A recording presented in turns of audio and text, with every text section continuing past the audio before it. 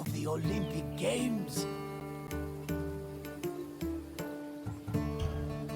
We're standing in the main section of Olympia, where the Olympic Games themselves took place. Over the course of the festival, athletes competed against each other for prestige and glory to honor themselves and their cities. Enjoy your visit, friend.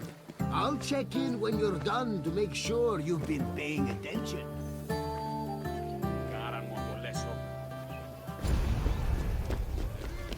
The first day of the Olympic Festival began with a swearing-in ceremony for the participating athletes, trainers, and judges. The ceremony took place in front of the altar of Zeus Horkios, or Zeus of the Oath. Athletes would swear that they would follow the Olympic rules, while judges promised to be fair and unbiased. Then the competitions began, starting with a contest between heralds and trumpeters over who would have the privilege of announcing the games. The first day's athletic competitions consisted of wrestling, running, and boxing events for the youngest athletes, aged 12 to 18.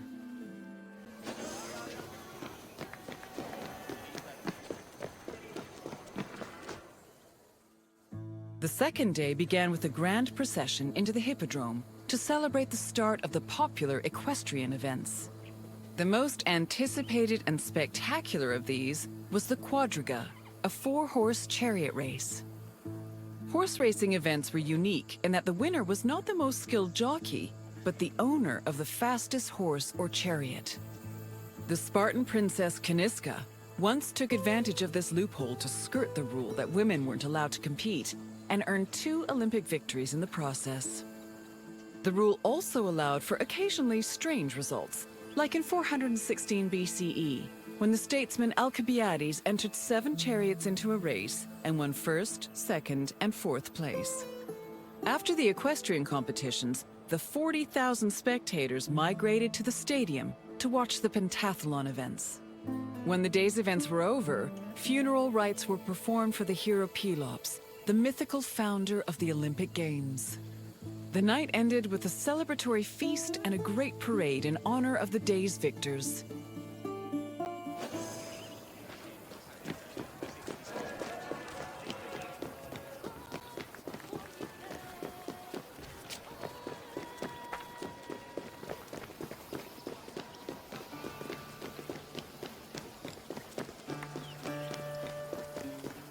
Victory at the Olympic Games was one of the highest honors a mortal could achieve, and there were several ways to immortalize that honor.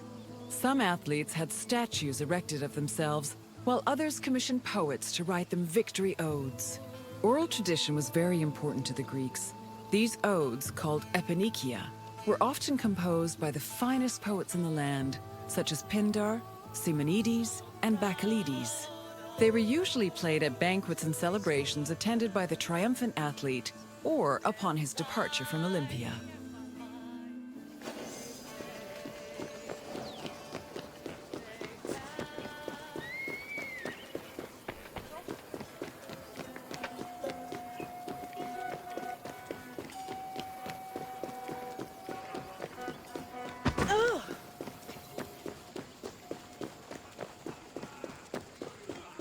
The Pentathlon took place at the stadium on the second day. As its name implies, it was made up of 5 events: discus throwing, javelin throwing, jumping, racing, and wrestling. There are several differences between the ancient version of events and their contemporary counterparts. For example, ancient long jumpers held weights in their hands to give them momentum to launch, since there was no run-up before the jump.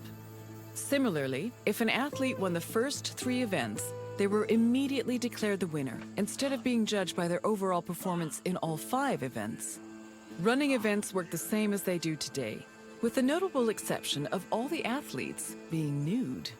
As for wrestling, competitors were not divided by weight class as they are today, but instead by age.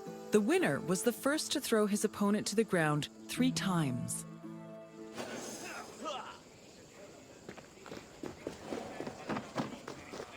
Day 3 started with the most important event of the festival.